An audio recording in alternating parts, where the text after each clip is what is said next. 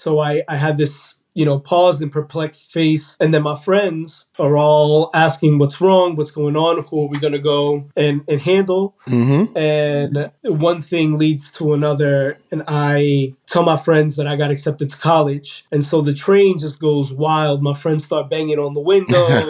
That's awesome. Everybody's cheering. They're like, yo, my man's going to college. My man's going to college. And that was a climactic moment for me, where I realized that I was going to go off and do something different in my life. Welcome to Career Cheat Code. In this podcast, you'll hear how everyday people impact the world through their careers. Learn about their journey, career hacks, and obstacles along the way. Whether you're already having the impact you want or are searching for it, this is the podcast for you. All right. Jose, welcome to the show. Thanks for having me. I appreciate you taking the time to connect today.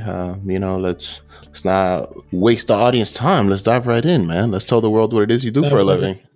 Yeah. So I'm José Emanuel Alfaro Flore Barahona Sanchez Valladares, or José Alfaro for short. I'm the director of Latinx leadership and community engagement. So that means, I like to look at my work in four major buckets. One is working across the organization to develop strategies to engage Latinx communities. Two is to work with our national, state, and local partners to elevate gun violence as an issue in our communities.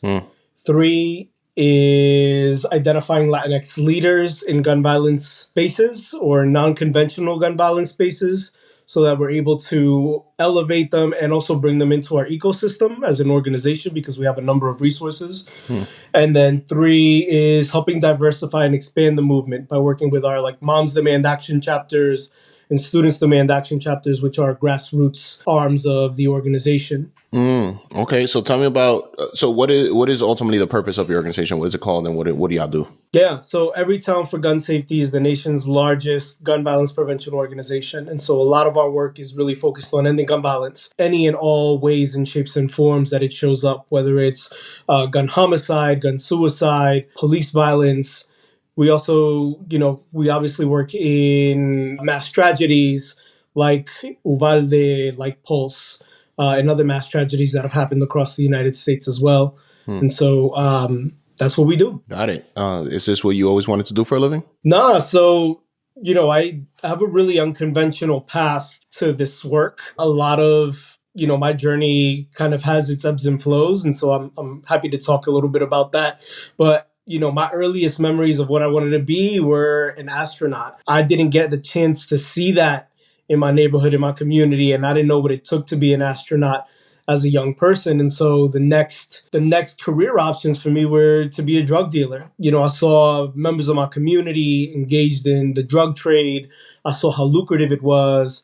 And so that was the really interesting kind of career point or kind of reflection of a career choice that I had. And so, my goals obviously changed over time and through the years. When I finally went to college, I wanted to work with young boys and teens in supporting their healing journey. And so I wanted to be a therapist. And it wasn't until, I was in college that I met a number of really great activists and organizers, a couple of really amazing and influential professors, that I got involved in, local work and campus-based mobilizing. And so that led me on a trajectory that would be, now 15 years long. Wow. Okay, so let's backtrack a little. When you wanted to go to space and the community that you were seeing these drug dealers, where was that? Where were you born? Where were you raised? Where's your family from? All of those things. Yeah, absolutely. So my parents are from El Salvador. So both of my parents are immigrants to the United States. And, I was born and raised in New York City in Jamaica, Queens. And that's where I lived and grew up till I was about 17. For me, my experience is influenced by a number of different factors, right? Being the son of immigrants and what it means to be the son of immigrants who don't speak English, who don't have formal educations, but are, doing the best that they can to navigate these systems and navigate a new culture and space while trying to raise children. Hmm. The other piece is that Queens is one of the most diverse places on earth. We're the world's borough. And Mm-hmm. so a lot of my experience is influenced by the community that I was raised in, right? Whether it was living with and being in proximity to Black communities, to Asian and South Asian communities, to European communities and other Latinx communities. My experience was one that was very working class and very immigrant centered. In fact, I tell this story often. I don't remember understanding what whiteness was in the context of the United States until I left New York, Mm. because a lot of the people who identify as white, who benefit from white privilege, who benefit from these systems, though they may or may not know it, were first generation immigrants or immigrants themselves. They were Mm-hmm. Polish, they were German, they were Italian, they were Greek. And so a lot of the conversations and even thought processes around social identity were very different than when I went to college in the state of Maryland, where I was introduced to people whose great grandparents were born and raised in this country, and getting a better understanding of kind of both the differences in whiteness and access to that legacy, but then also getting a better understanding of this country's history. That makes a lot of sense. Okay, so you're in high school. You are looking at your surroundings in Queens, recognizing that you're in this, the phrase is melting pot, but I like to use bento box of New York City, and seeing how like a lot of, it's a lot of us and we're all coexisting, but ultimately a lot of folks kind of end up in their own pockets in some regard. So as you're in Queens, tell me about what happens when you're like in your junior year. Are you about to graduate and like thinking, I'm going to go to college directly, I'm going to get a job? Or are you looking at things and saying, well, or I could go in this other path and make some money? Like, what are you doing circa 10th, 11th grade? So I realized that I was a really bad drug dealer. It is not an occupation that I was good at for a number of different reasons, but I did get involved and engage with street organizations. And at the time, I became a member of the Latin Kings. I was in high school, but I had a series of learning disabilities that weren't identified until, I was well into my teens. And so by that time, I remember being in my sophomore year and my guidance counselor telling me that I wasn't going to be able to graduate. And in fact, I was going to be getting referred out, or rather pushed out of the public education system, because I hadn't had enough credits to be able to graduate on time with my peers. And if I were to try to catch up, I wouldn't be able to catch up till I was at least over 18, or over 20 rather. Wow. So, a lot of the ways that I internalized that was that I stopped caring about school altogether. I hung out a lot and I cut school and I was in the streets and I would get into brawls and rumbles. I lived on the other side of Queens. So, I went to school in Long Island City at Queens Vocational Technical High School. And I lived in Jamaica. And so it was a 45-minute train ride. I took the F to the 7 and then hopped off the 7 and was in a whole different part of Queens, right? And that meant that a lot of the dirt that I did in some of those communities never got back to me at home in my own community as well. By the time that I was 16, I was out of high school and I had to figure out what I wanted to do. And my parents gave me an option. They said, get a GED, or you go straight to work, or you get out of our house. Solid options. Solid, real solid. Yeah. So I remember going to take my assessment for my GED, and the results came back in, and I had pretty much completed all of the requisites that I needed for English, but I had some math that I needed to work on. And so it was about a 3-month period that I was in an annex learning center. It was Jamaica Learning Center on Hillside Avenue in 164th Street. That was an experience because at that point, I still didn't know what I wanted to do. And I was working full time. So I was going to the city as a busboy and waiter in the city in the Chelsea district. Wow. And coming back and forth. And I was exposed to, in the city, people from different walks of life, right? When you go to Manhattan, for those who may not be aware, we call Manhattan the city. I was exposed to a lot of the hustle and bustle of Manhattan, people that were coming in and transplants who were following their dreams, artists, actors, people who wanted to make it in New York or in the show business on Broadway. And I got exposure to all of these different kinds of folks. And I remember one of my colleagues asking me what I wanted to do, and I just didn't have any answers for them. You know, these were folks who convinced me to try to think about my future, right? And try to go to college and figure out what I wanted to do, you know, help me through my college, my GED journey, and inevitably through my college journey as well. There came a point where I was walking home from work one day and I saw my former guidance counselor from, I think, junior high school. And my guidance counselor asked me what I was doing, what I was up to. And I just told him I had finished my GED. I was, you know, working in the city, but didn't really have any plans. He recommended a book to me, which was life-changing. It was The Alchemist by Paulo Coelho. And I would read this book on my way to and from work, had a good 45-minute ride on the F to the E. So I would read this book in its entirety, and it talked about, you know, following your destiny and learning your path and listening to the world as it comes to you. And at that point, I really started to think about, you know, where I wanted to go and what I wanted to do. And this guidance counselor then proposed that I signed up for a university that he knew about, this small Christian college in Tacoma Park, Maryland, then Columbia Union College, now Washington Adventist University. Lo and behold, you know, I applied to the university. You know, one day I'm coming home from Far Rockaway from the beach with a bunch of friends, also members of my street organization. We had just finished the Rumble. And so, you know, you can imagine a young teenager in a tank top, bloody knuckles, scuffs on his face, Timberland prints on my tank top. I get a phone call. This was when cell phones are just kind of coming in, right? I have my little Nextel. My mom calls me on my Nextel. I have the little the flashing antenna with the lights. Nice. And my mom calls me crying. She's crying, and I'm asking, what's wrong? What's going on? My friends kind of pause.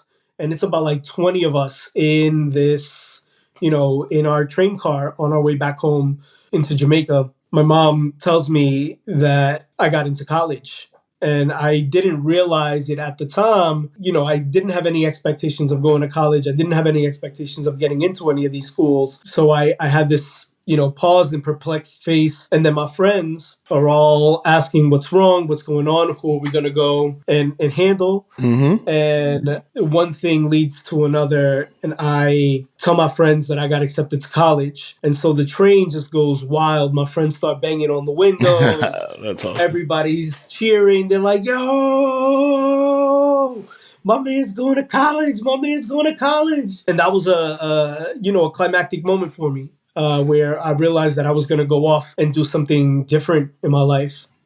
That's a very visual and fascinating story. And it also seems very movie-esque, right? In that you are coming from literally a fight, a rumble. And in that moment, you are presented an opportunity to go in a different direction. And I love that your friends embraced that and that your friends cheered that and, you know, encouraged that at the moment, because that's not always the case. I also appreciate you sharing that story, right? Because I think if you see Jose out hosting a panel or, you know, doing his thing, organizing and like bringing people together, he's a very professional human, right? And like you see him at the White House, you see him in Aspen, you see him in different events, and he carries this whole story that, you know, we don't always know. And we don't know that he's faced life-threatening situations and chose to do so for a while. And like that was the norm. And he is able to bring those experiences to the job, to any room, any setting. He's able to represent for his peers that, you know, are still part of street organizations and are still doing what they have to do to survive in different spaces. But, you know, he represents for that. And there's a space for that. And there's so much value in having that perspective that a lot of other working professionals just would not have. So I appreciate you, you know, sharing that and being open about that, because I think it's super important. Absolutely. I appreciate you just putting me on. I think a lot of what I do is influenced by my past. Without going into too much detail, street organizations, by and large, serve a number of different purposes. Street organizations will usually have a code of conduct or a a compilation of lessons, things that members have to memorize, have to live by in some way, shape, or form. This is the way that kids, young people get G-checked, right? If you don't know your lessons, then you're going to get G-checked, and people are going to find out that you're not a member of these street organizations. When I read the Constitution, the manifesto and Constitution for this street organization, one of the descriptions for the term kingism was to be in service of and fighting for all oppressed people of the third world, right? Now that has different connotations in different spaces, in different contexts, but I took that to heart, and I think it's guided my decision to do work in different communities and on intersecting issues. I don't think that I would have an intersectional lens without being so tied to that phrase, right? Because that means all oppressed people. That means LGBTQ family. That means our trans siblings. That means our disabled siblings. That means any and all marginalized groups of people that oftentimes live on the margins, that are oftentimes not thought of when we think about the freedom and liberation of, Latinx folks or brown people. And I took that to heart. So you get this call, everyone's cheering. Talk to me about time frame. Is it like the summertime and you recognize I'm going to go off in the fall? What happens next? And tell me about that next phase of this journey, because this is a pivotal moment in your life. Yeah. So this was, I want to say, mid-June. Okay. So, most folks are out of school. We were, just out and about. And so I was usually, if I wasn't working, we were in the handball court, or we were trying to tag up a wall, or we were just hanging out on a corner. Whatever we were able to do, we did as young people. And when when my parents found out, I think we had a realization that our lives were going to change. And my parents also now had a out of New York, and they had always wanted to leave. We were in Jamaica, living in a 500 square foot apartment. There were four of us. It was a 2-bedroom apartment, and I was a teenager at this point, so I wanted my own room. My younger brother, who's 4 years younger than me, had to sleep in the living room. He slept on a sofa bed for years because I wanted my own room. And my parents were working, 2 jobs, 3 jobs at a time. My mother was a housekeeper. My father worked on transmissions, and then they both went to clean offices in the evenings. And I would come in and out of the house. I'd be home at all types of night. We had a roach infestation and we had mice infestations. And so I remember coming home and trying to take showers, and I would literally take the shower handle to wash out all of the roaches that were in the shower tub. And so this was a space where my parents finally had an opportunity to think outside of New York City. And my father had always wanted to be in Maryland. His father, my grandfather, had lived in Virginia for a while.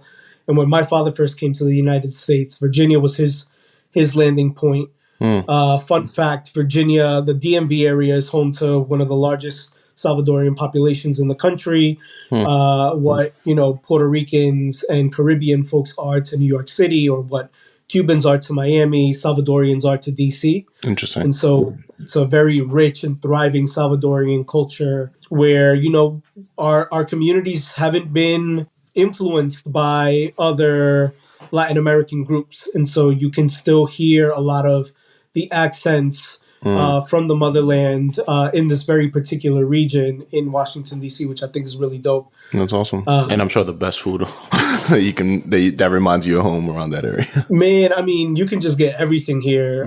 There are snacks and treats that I can get here that I can't get in other places that are just really exciting. That's awesome. So, my parents decide that they don't want my younger brother to go through the New York public education system. Okay. Because they saw how that ended up for me. And my brother was going into high school and I was going into college. So again, 4 years apart. He was a freshman in high school. I was a freshman in college.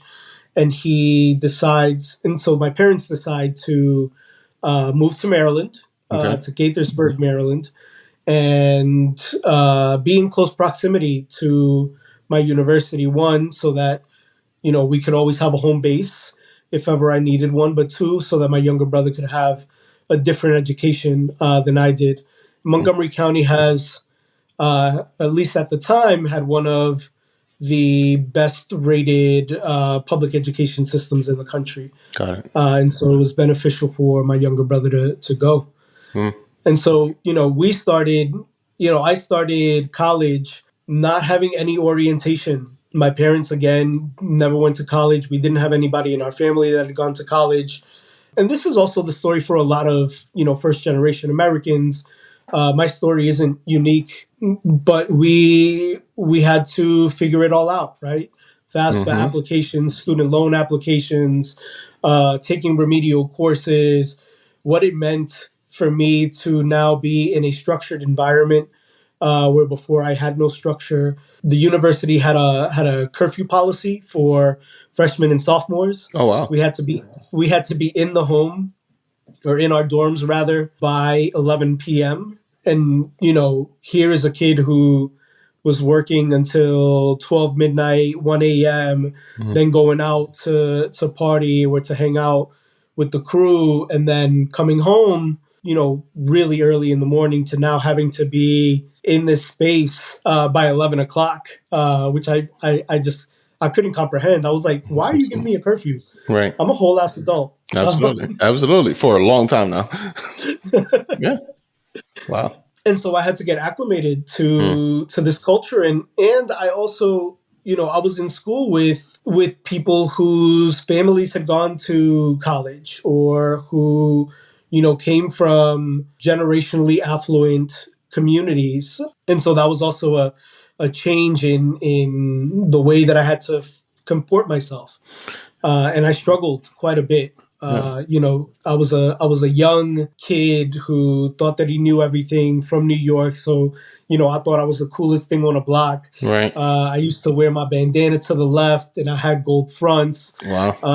I'd wear my flags to class, Wow. pants sagging, my Timbs unlaced, and I would just be in class like, what? Okay. And that was a very challenging time. In retrospect, do you feel like that structure of like the curfew and having a routine that you have to wake up, go to class, all that, in retrospect, do you feel like that was helpful? Not there. Okay. Not there. So I found a way to bypass the curfew. Okay.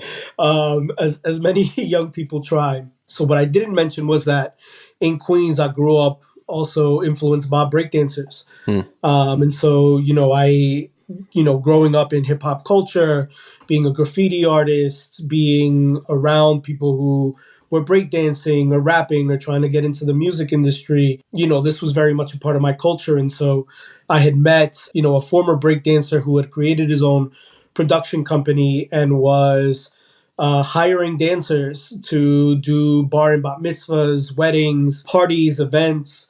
And so I traveled up and down the East Coast, doing, breakdancing or dancing at weddings, bar and bat mitzvahs, club events, other events on weekends.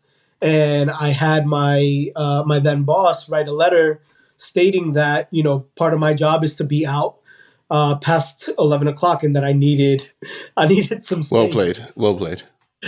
Very much. Yeah. I struggled while I was there to find my footing.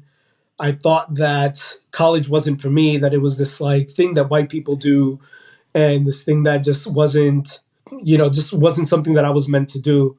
So I decided that I wanted to go off to the military. That's a whole other journey that can be very climactic. I think first semester of my sophomore year, maybe second semester of my sophomore year, I go back to New York, and meanwhile, my parents are here in DC, in the DC area. So I'm bouncing around from house to house, friend's house to friend's house. Uh-huh. Unfortunately, girlfriend's house to girlfriend's house. At the time, there's room for growth and evolution. Absolutely. We are who we are because we went through what we went through. That's right. And me and my best friend had a plan to go off to the Navy under a buddy system. So we go through the military entrance program, the MEPS program. We study for our ASVABs. We take our tests. We get our placements. This is, over the course of like 3 or 4 months.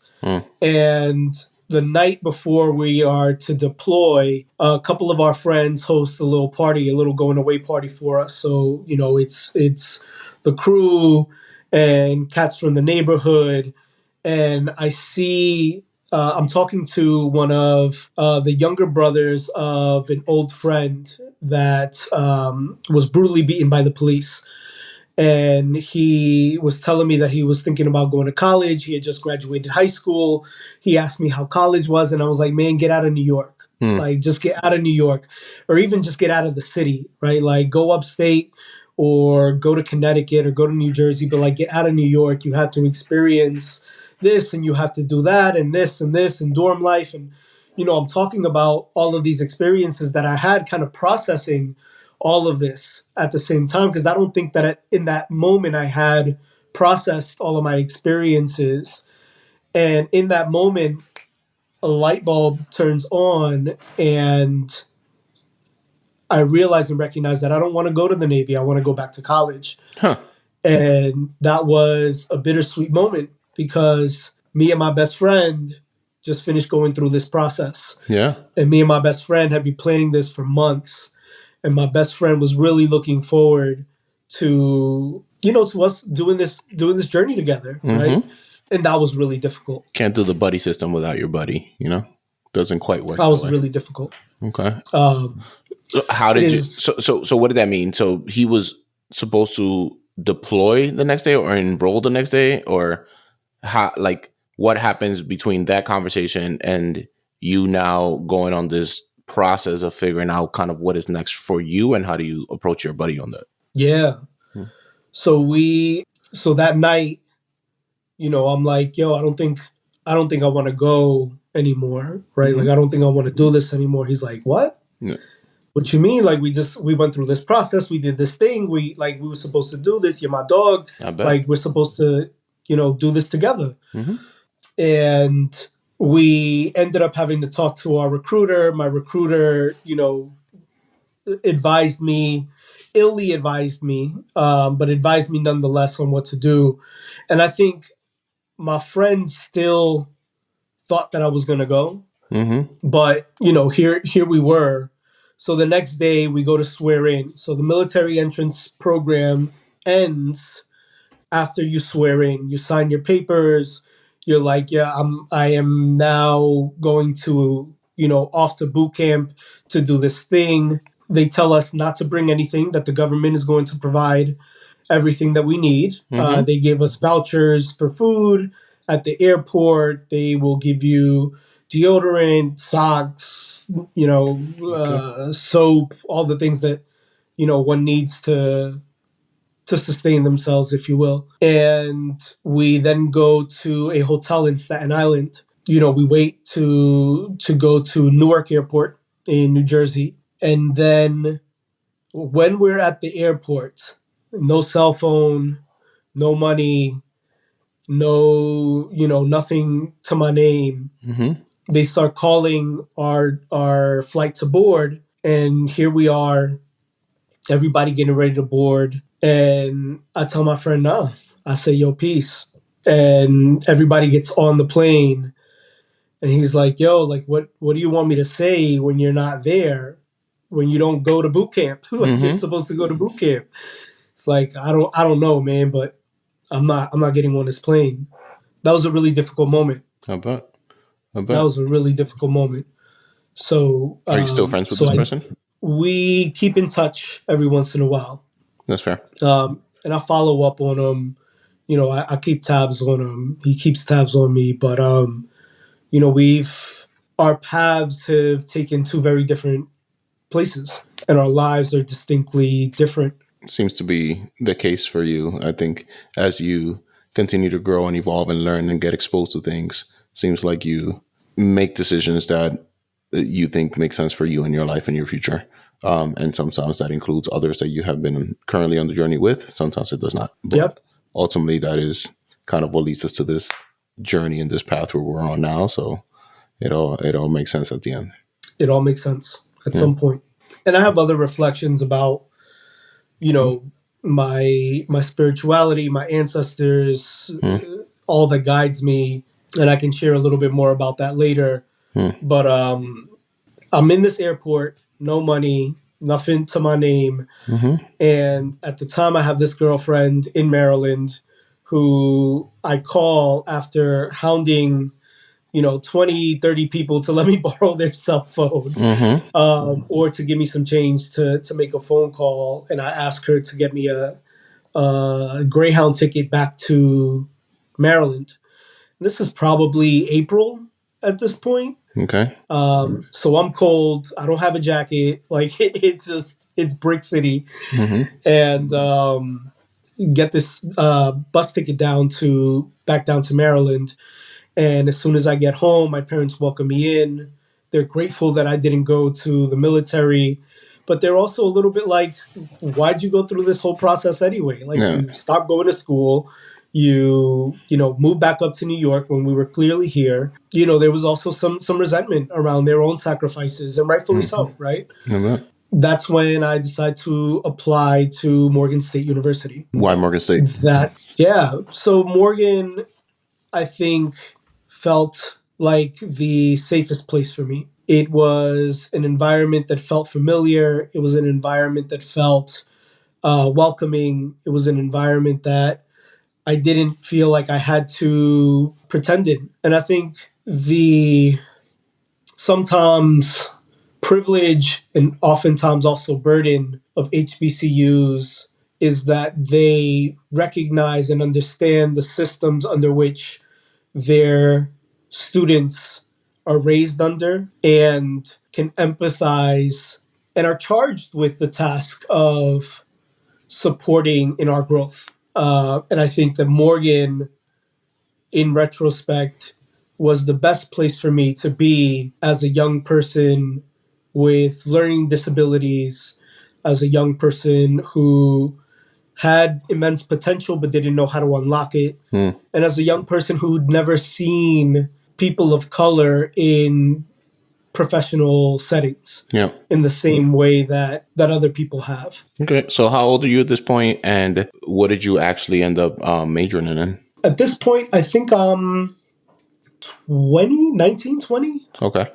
Something like that. So mind you, I transferred schools now, and I transferred without one semester of courses. So I had to start sophomore year again.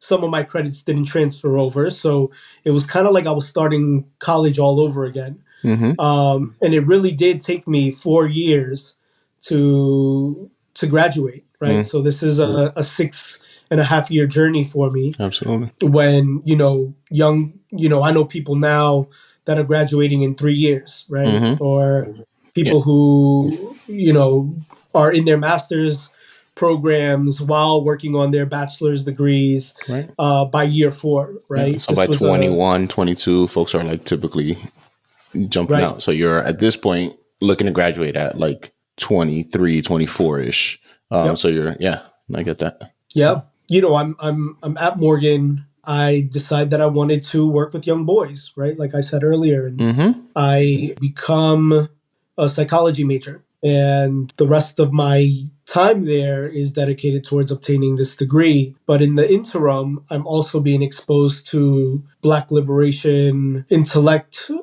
being exposed to a variety of diverse experiences, getting a better understanding of Blackness in its diversity as well, understanding that Blackness isn't a monolith, learning what it means to be intersectional, learning about, Black feminism, and those create the framework for how I view the world and the way that I think about freedom and liberation. And in that, if Black people aren't free, then none of us are free, right?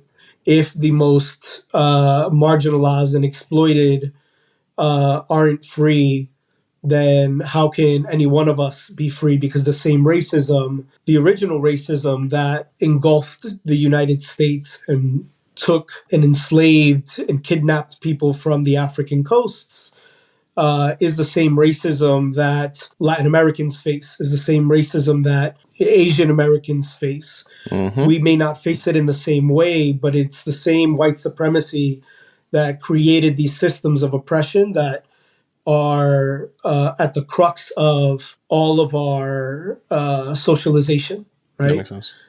Okay, so were you kind of an involved student while you're learning all these things? Like, are you joining clubs and doing other things? Yeah, I try to be as involved as I could. I think a part of me was still for the streets. Mm-hmm. Along my journey, even in undergrad, I always gravitated towards being in the hood. And so I found these little pockets and communities that I would explore, that I would connect with, that felt like home. I'd be in East Baltimore, or I'd go to West Baltimore. I'd hang out in different parts of the city that weren't accessible to, one, outsiders, but then two, Latinos, right? This is a predominantly Black city. Mm-hmm. And, the Latinx community was still emerging, and it was predominantly immigrants from Central America, and some Caribbean communities in a very small section of East Baltimore. The Patterson Park area, the Greektown area, which were, still getting a better sense of what Latinx cultures and communities were. Yep. And so there was a lot of cultural translating. There was, there was also me just being in community. And so I would, go to school during the day, and then I would work. And then when I wasn't working, I was in community, right? That makes sense. And I was also struggling with alcoholism. I hadn't processed all of this trauma that I had gone through over the course of the last, 5-6 years, where I was now self-medicating. I was a functional alcoholic, so sometimes I would be in class inebriated. Wow. And these were a part of, my day-to-day struggles. And so I didn't have the foresight to become a part of, major clubs and groups. I did join a writers guild because I was a writer, and I'd always written poetry, and I wanted to become an alpha.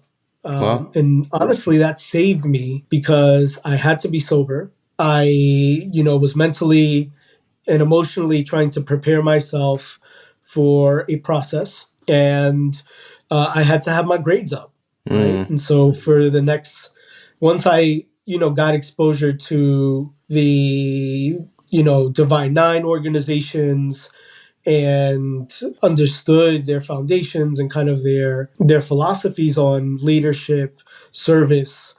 Those were things that resonated with me, and I, wanted to be an alpha, and that meant that I had to change the way that I was living my life. I start going through this evolutionary process that leads me to, be in class more, to, not drinking while I'm in school, to, at the time being more respectable. And we can talk about respectability politics, but it's the early 2000s, and we didn't have language for respectability politics in the same way that we do now. I credit a lot of my journey into getting it together to wanting to be a member of this organization. Wow. Unfortunately, I didn't make chapter grades. I made national grades, but I never made chapter grades. And so I was never able to go through, the application process and the process in and of itself. But it served its purpose, right? I love that. It served the purpose for me to be able to see myself as somebody different than who I was, and to transform my life to be able to graduate. Wow. Okay. So I love that. So now it's senior year. You have to graduate. You have the grades to graduate with a psychology major. What do you think you're going to do, and what do you do? So I don't know what I'm going to do for a while, but at this point, I'm deeply immersed in community, taking on leadership roles and responsibilities. I start working for an organization called Turnaround in Baltimore, which is a domestic violence and sexual assault advocacy organization, as a community educator. And so I was running up and down Baltimore City, training, jurors, police officers, RAs on college campuses, foster care parents. I was training foster care youth on healthy relationships. And I was just zooming up and down the city. And I think that was the first time that I built a community that was based on service for community as opposed to, me just being in these streets. Got it. Okay. So you did that. And I love that you have that outlook of, one, you don't have to, like, going back to what you mentioned about trying to become an alpha, like, just because you didn't become one doesn't mean it didn't serve its purpose and it wasn't helpful to you, right? This role right here, again, allowed you to be in community and to see yourself as someone that is being of service and as someone that can provide good to the world by virtue of what you're doing. And that has, I think while it may not have been the role that you saw yourself in for the rest of your life, like, I think it's a great transition point from one path into now the working class and like, how do I build a career from here? So I know you did that for, I think, about 2 years or so, right? About a year or so. Okay. And then I had to think about what I wanted to do, right? Mm-hmm. Like where, and I think, again, the theme of all oppressed people comes up, right? And thinking about, the work that I've started to do, the things that I like to do in the work, and also not fully understanding systems of oppression, right? I think I understood it on a micro level, right? What happens in individual situations, what happens when communities are impacted and oppressed. But I couldn't understand or articulate what oppression was, what systemic oppression was. And I wanted to better understand that. While I was looking for universities to apply to, I was also organizing members of the Latin Kings, both in the US, Latin America, and Europe, to become more politically engaged. Wow. And, a lot of my thought process was that I wanted to continue to do this work. And so I needed, one, a international lens, and two, a way to understand systems of oppression, but three, work through conflict that happens in the context of these organizations. Wow. So I naturally chose a school that would accommodate all three of these components. And SIT Graduate Institute was that institution. And SIT is a School for International Training. And that, that school allowed me the new lenses that I needed to be able to think about macro level systems. And this is where I majored in social justice and conflict resolution. Wow. So my official degree is a Master's of Arts in Intercultural Service Leadership and Management. And so it was a combination of nonprofit management and social justice and conflict resolution courses that created my degree. While you were still organizing folks and while you were still kind of building this base of ultimately really Latinos becoming more politically involved, right? And as you said, it's just, you can kind of subdivide Latinos in different ways. That is one sub of the population. But ultimately, what you're really doing is mobilizing Latinos and Latino families to become more politically involved. So did you continue doing that once you finish your master's? Like, two things. One, did you get what you wanted out of the master's program? And then two, what did that ultimately lead you to afterwards? Yeah, I did. So the grad school is in Vermont. And, here I go from a city that's predominantly Black and BIPOC to a state where, it's me and like three other Latinx folks, right? Like we make up the Latino population of the town, right? In little old Brattleboro, Vermont, 2010, right? I'm now 25. And, I go on my first intentional hike, right? Like I am in the mountains, I'm near rivers, I have access to nature. It's the first time that I'm able to connect to the land in a way that was intentional. And, I'd go back and forth to El Salvador and, I'd hike up to get to my grandmother's house in this little, off and secluded part of the country, but I never thought about it in a way that allowed for leisure and spirituality to ensue, right? It was just kind of me as a kid, as a young person, as an adolescent, going to my motherland without any deeper meaning than just makes that, sense. right? Just experiencing and existing. And even the hike itself was for a destination, right? So Right. it's a much different experience. Right. So here, I'm going on my first intentional hikes. I had my first real salad. Like, and not just like lechuga y tomate, like lettuce and tomatoes, Yeah. right? Like a lot of our folks say, this is a real intentional salad: kale, arugula, strawberries, walnuts, blue cheese, like Well, things that I was like, I don't even know what this is. right. Which also talks to the lack of access that we have in our communities for food. You right? had to be 25 with a master's before you started doing this. Think about that. Yep. Yeah. Yeah. And I was also in a very progressive state. Mm-hmm. And that also helped to shape and form my politics and my lenses under which I continue to operate, right? So these are all of these kind of moments lead to the formation of what is my theory of change, my lenses for freedom and liberation, the way that I think about community engagement and community empowerment, and building power with community. So you ultimately started really doing direct political work. So not just off of your leisure, but like as your full-time thing.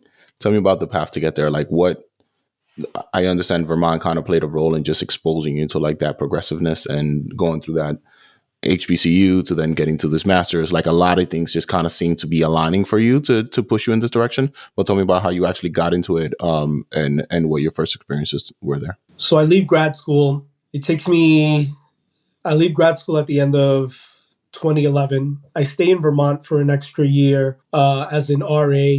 And I think this is probably one of the most freeing times of my life, right? Like I'm literally working in the morning and at night. And then during the day, I have nothing else to do. So no responsibilities, no bills. I'm living, I'm existing. And it's a very different way of life. Then I go off to write my master's thesis. I come back to Maryland, write my master's thesis, and finish my master's thesis in the course of a year. So I graduate by 2012, and I start working back in DC around the Affordable Care Act when it was being rolled out. So I think this is probably 2012, 2013. And I'm doing community education work and working with families to get a better understanding of what the new policies are going to be and why they are going to impact them.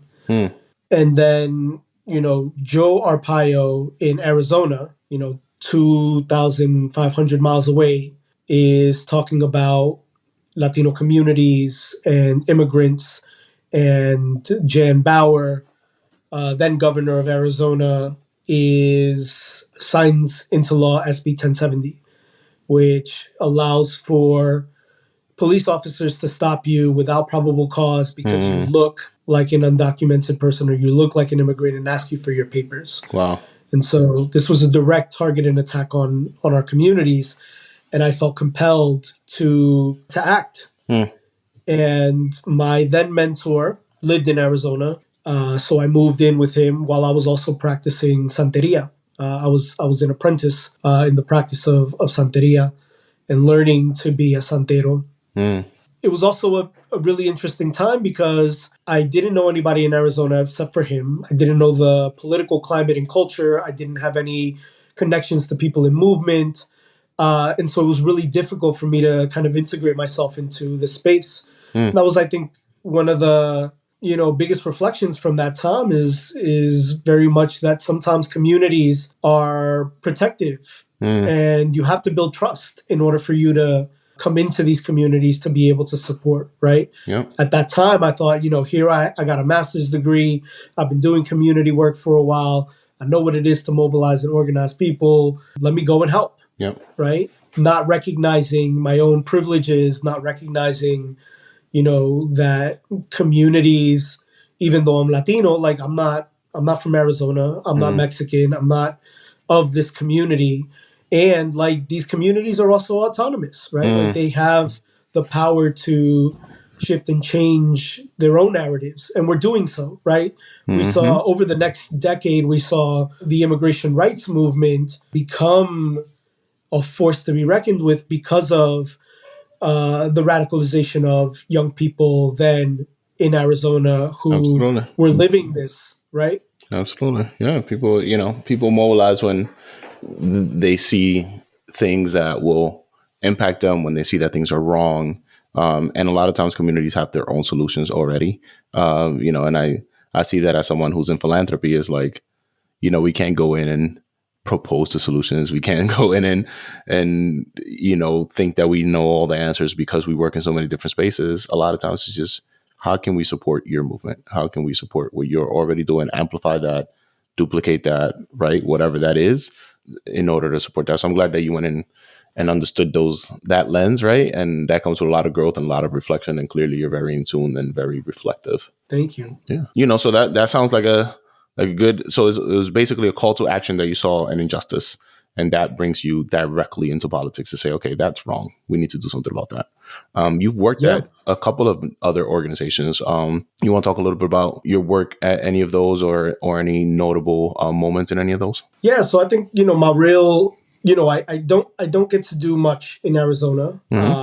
I end up staying there for like a little under a year. And I was working as a telemarketer for the time that I was there. And that's also where it's how my wife and I reconnected. My now wife and I reconnected. She's from Connecticut. Okay. The great state of Connecticut, all right? The great state. The great state of Connecticut. That's right. Yes, the nutmeg state. That's right. The Constitution state. Holla at your boy. My wife is from Connecticut. She grew up in Windsor, Connecticut, and had just finished grad school and was working as a therapist in Hartford. And we were talking about who was going to move where. I had bounced around the country for so much already. I was like, what's another state? Right? That's fair. Like, I've never been to Connecticut. Like, I might like it up there. And that was really the catalyst for my political engagement work. So I worked for an education advocacy organization, and under that education advocacy organization is where I cut my teeth in statewide mobilizing and organizing, lobbying, and electoral campaign work, particularly on the independent expenditure side, on the IE side. But it's where I really got a handle on, I was able to refine my talents in the field, right? And put my talents to the test and put theory to practice. And, we mobilized thousands of parents, teachers, school leaders. We were able to have parents and their state legislators meet over the course of, 4 legislative sessions. This is hundreds of meetings that we organized. It was a time to be had. It was a really great opportunity for me to jump into the political and electoral organizing space. It was a great way for me to be introduced to policy advocacy in a very concrete way.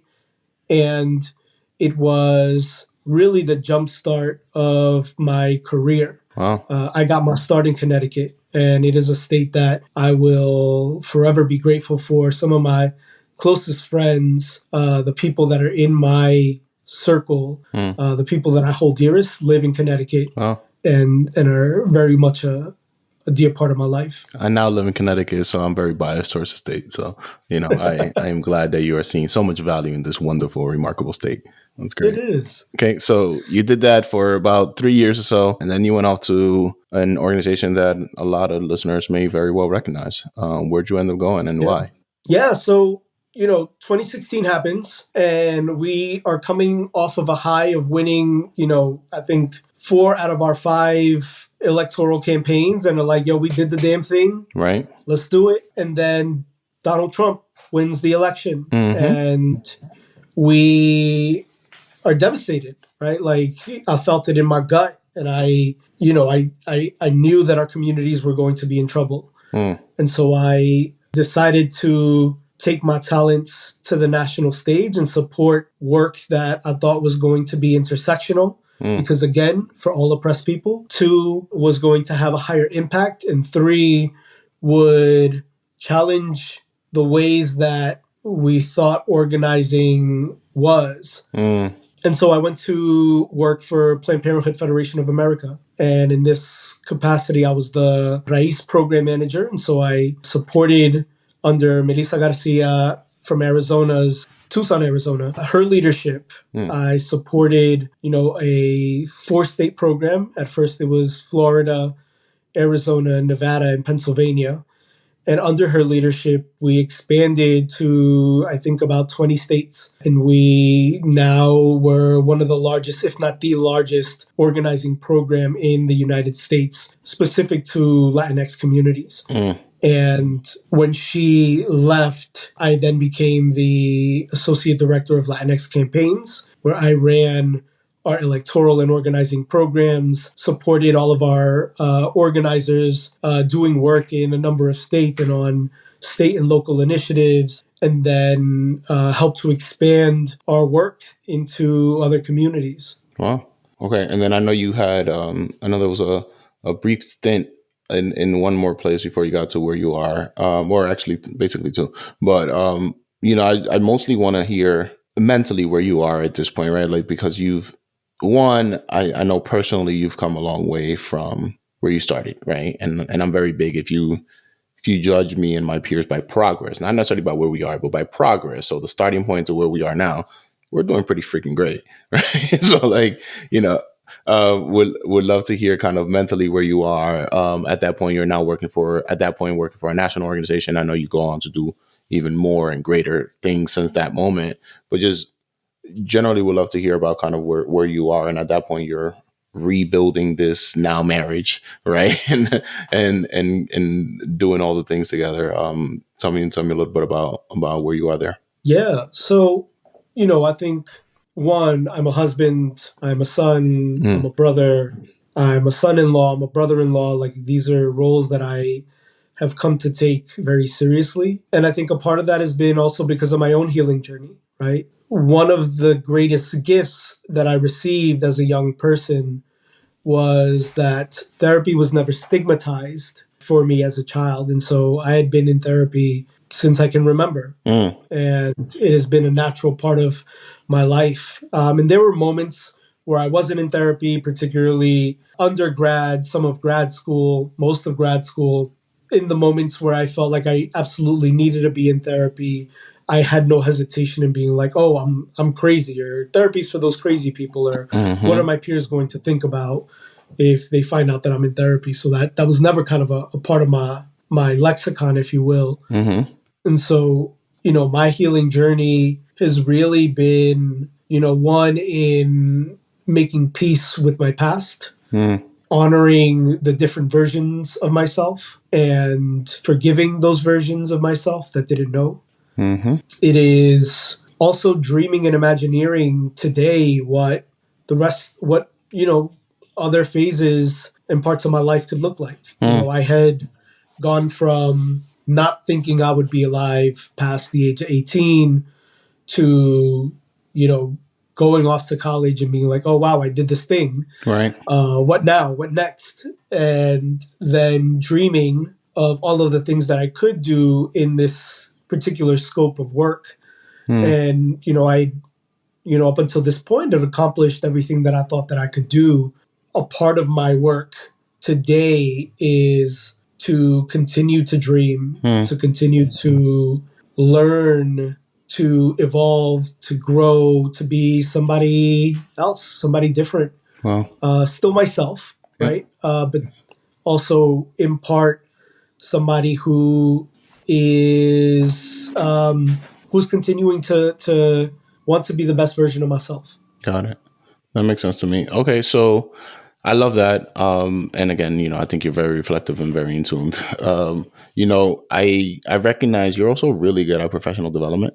So we'd love to hear some of the programs, fellowships, things that you've been a part of that you think have been helpful to you in your career. Let's see. So I think a couple of things. Starting at the local level, there are usually local leadership development organizations or programs that people can get engaged in and get involved in. One of my favorites that I was on a board of for my DC chapter is New Leaders Council, NLC. That is a great organization that helps, people in their mid-level career kind of level up, and also connects you to a progressive network of people across the United States in various places and chapters. I would also look at, other local or statewide opportunities to do leadership development programs. And, if you're organizing, Midwest Academy is always a great training ground. What was then Wellstone, now Repower, is also a great training ground as well. And ensuring that you are staying abreast to all of the things that are, new and developing in your field. The other piece is from a professional standpoint, there are a couple of things that I think about. One is like everything is up for negotiation, right? So one, learning the art of negotiation is going to be crucial to your professional development journey. Can you give an example of that? Because you don't get what you deserve. You get what you negotiate. Yeah, that's right. I'll go into it in a second. To the second piece is that titles and salaries oftentimes dictate what your next jump and profession is going to be. And so, if you are making 60K now, you're likely going to make 65 or 70K next. That's not always the case, but you're not always making bigger leaps. So I would always advise to negotiate higher salaries or as high as you can go, and also your titles, right? If you see yourself as a director in the next, 5 years, what is it going to take for you to get there? And if you are an associate and you see yourself as a director in 5 years, then you have to do some power mapping to think about how your title now is getting you to become a manager or a senior manager or a deputy director or a director, because there are multiple levels within these confines depending on the organization. Absolutely. To be able to loop into or to be able to jump into. And so if you feel like you are doing work that is senior manager level, but you are a manager or an associate, then advocate, right? Negotiate. One of the things that I have tried to make a common practice of is negotiating my time off, particularly because of the work that I do, and folks who do, community work, who do heart work, who do work that, impacts the mind and the body, can be grueling. And so what I do is that I promise to work as hard as I can from January to November. And I will bust ass to do what I need to do for the freedom and liberation of my people, of all oppressed people. And I need a month off. And I need a month off to recover, to rejuvenate, to rest, to realign myself, to strategize, to reflect. I need the time to be in community, to be with family. And all of that is important to the work because it's a part of the work that we're doing to be a better society. Like, I cannot be effective if I am burnt out. Absolutely. And in fact, when I'm burnt out, I'm probably raggedy. And all of my coping skills go out the door, and all of, the things that I manage and navigate start to come in. And so, rest, I think, is really important. Reflection is really important.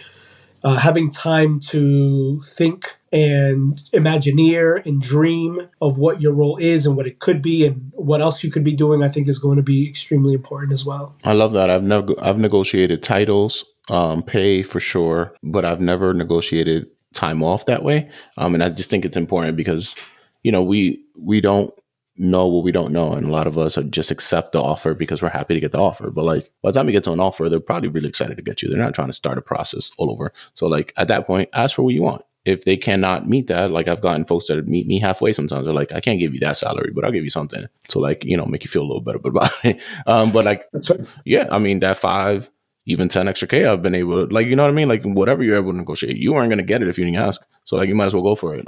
So I appreciate that and all of that. I know you were also Hispanics in philanthropy fellow. And I know that because you nominated me for the thing. So I know I am That's right. fulfilling my application, so I can hopefully be part of that great legacy of That's right. cohorts as well. Yeah. I think building out your network is really important, right? Through these fellowships, you have access to new networks and new people. You and I met because of my fellowship, and that also opens other doors and opportunities. So Absolutely. because of it, I was an Aspen Ideas Festival fellow this year and was able to go to Aspen. Last year, I was in Hispanics in Philanthropy, and they supported some of the initiatives and work that we were doing and fiscally sponsored some of that work. Wow. I was able to do New Leaders Council and became a board member and actively became a mentor to young leaders. And I have a network of people in Washington, D.C. that I love and care for that are part of my community. And, those are all priceless. Got it. Okay. As we talked about, I know we just mentioned negotiating and all that. I think it's important to talk about salary. I think it's important for people to recognize that you can do really good mission aligned work like you're doing and get compensated for it.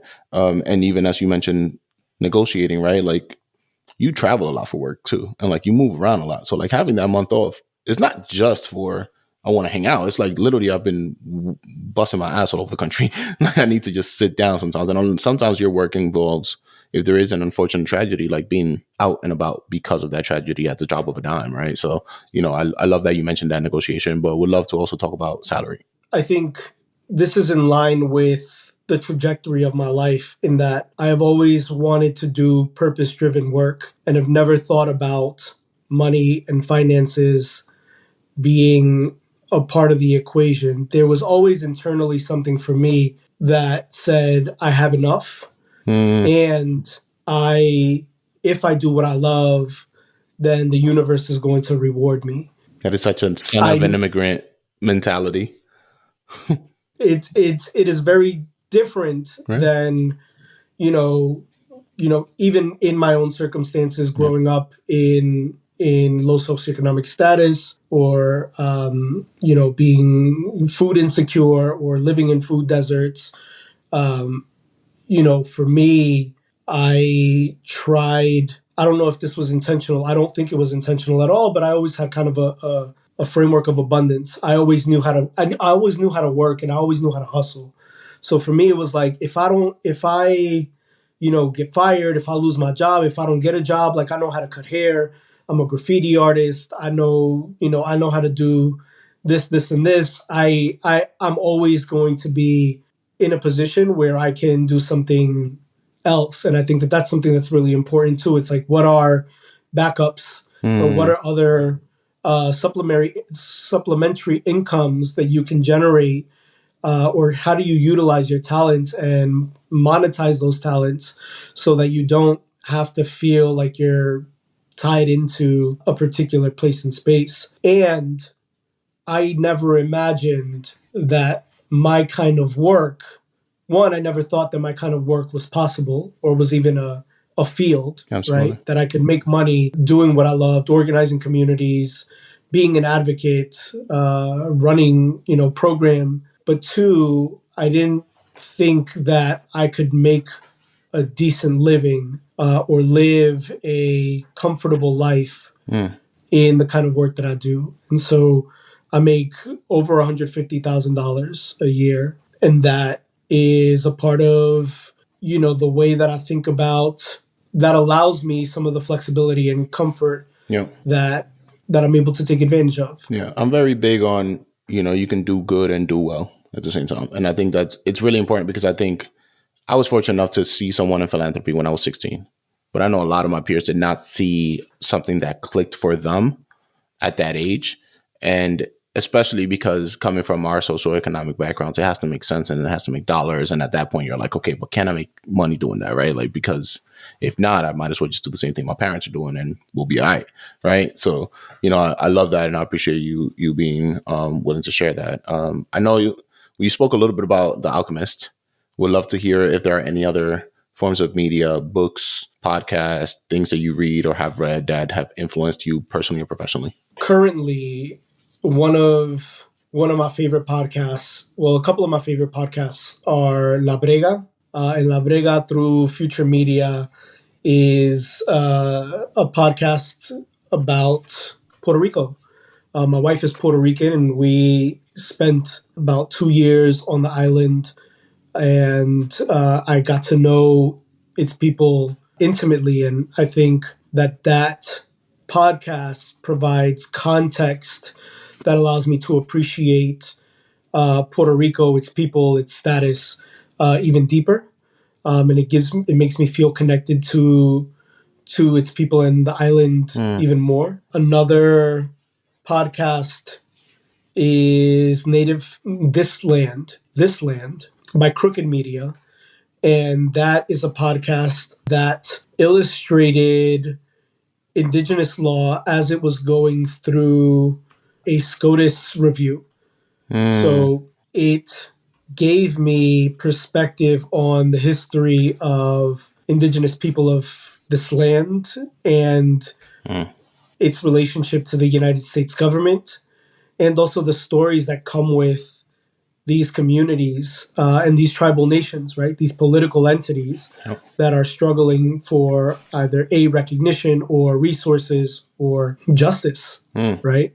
So those two podcasts, I think, are two of my absolute favorites, and I play them. Like I'll come back to them every once in a while because they're just that good. Awesome.